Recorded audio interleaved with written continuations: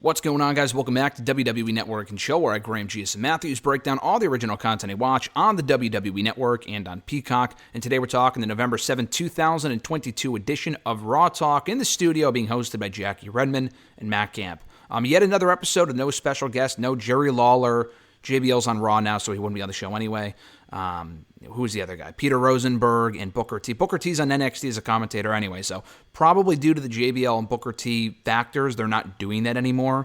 And I've said this before, although I enjoyed that initially when they first started doing it about a year ago, it became unnecessary. The insight was stupid. The show is still as long. This was like a 28-minute show here. Probably did not need to be as long, but it is probably better off with that, without the pointless analysis from the rotating heads and stuff like that, that being Booker and JBL and people like that, especially Jerry Lawler. He was fucking awful on the show. Anyway, so back to Raw Talk here. They open up the episode running down the biggest headlines from Monday's show, including replaying the New Day Usos promos, recapping the six-man tag team match that saw Solo Sikoa and the Usos beat Riddle in the New Day in tag team action. Matt Camp says that if the Usos win on Friday, beat the New Day, and therefore, by the weekend, become the longest reigning tag team champions in WWE history, they will become the greatest tag team of all time. He also says their legacy will be cemented if it hasn't been already, which it is debatable, obviously, just because they win this record, which it is important, but, does that make them better than, Demolition and the Legion of Doom and teams like that? That's obviously debatable, but whatever. They also recap Theory's win over Shelton Benjamin. They catch up with Shelton Benjamin backstage, does Kathy Kelly.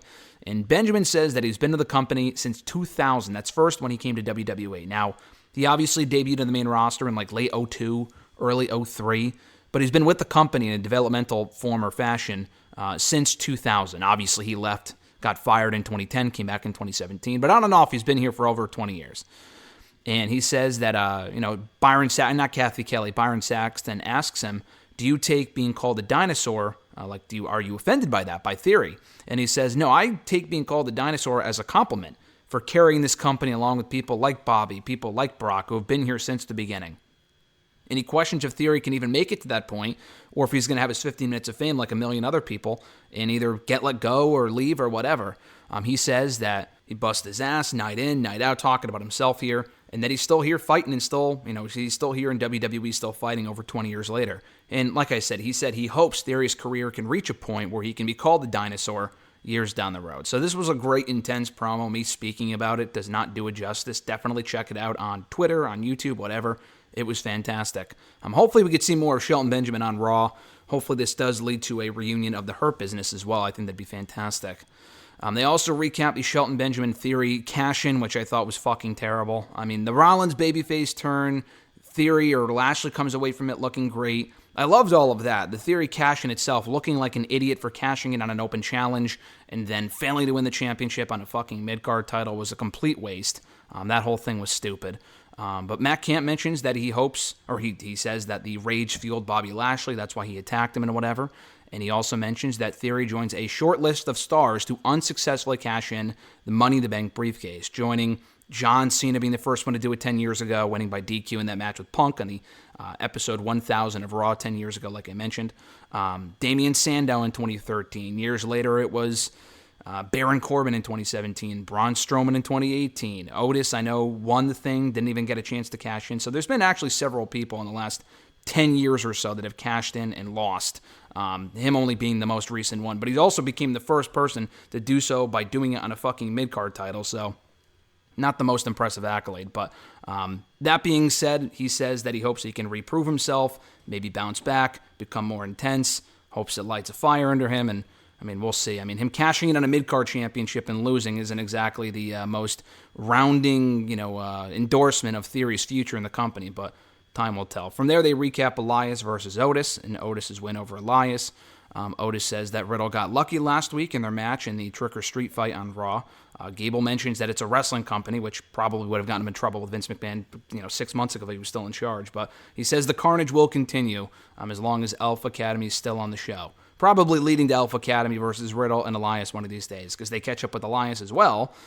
Kathy Kelly does backstage, and Elias says that he didn't have to come back. Ezekiel was on the show, he was doing well, and He says he hasn't been able to perform at least, one time since he's been back on Raw in the last couple of weeks. And the only thing he's been asked about lately is the collaboration with Riddle. And he wonders if it's time to maybe collaborate with Riddle to put these differences behind him and hopefully overcome Alpha Academy. From there, they promote Lashley and Elias for the bump on Wednesday. They replay and recap the Women's War Games setup for Survivor Series in 3 weeks. Matt Camp also questions if Dana Brooke could join the field after getting taken out by Nikki Cross on Raw. They don't mention the 24/7 championship getting trashed on Monday, which was one of the best parts of the entire fucking show. I would surely hope not that Dana Brooke would not be in fucking War Games. I would hope they can get back Becky Lynch or Sasha Banks or someone, Naomi maybe. They don't have issues with damage control, but they can help even the odds in their favor. He mentions Dana Brooke, Rhea Ripley, Mia Yim, who are busy with each other right now. I mean, I guess they could be inserted, but their story should be separate, in my opinion. And Matt Camp also mentions he understands why Nikki Cross would want to join Women's War Games just to be a part of the chaos.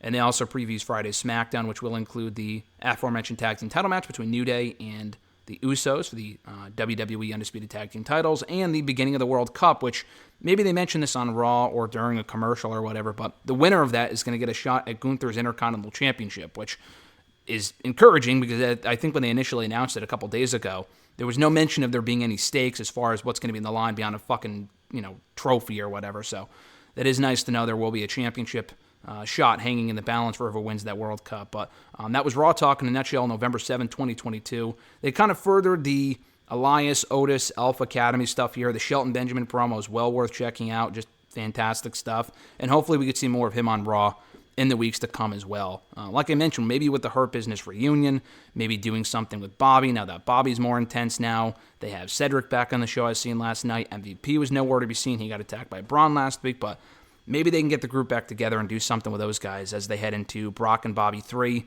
and maybe Bobby and Rollins for the United States Championship. Very likely it's Survivor Series that they can hold off till then. But thanks for checking the episode per usual. Be sure to like, comment, share, and subscribe. I'm Graham G. Matthews, and I'll catch your ass down the road.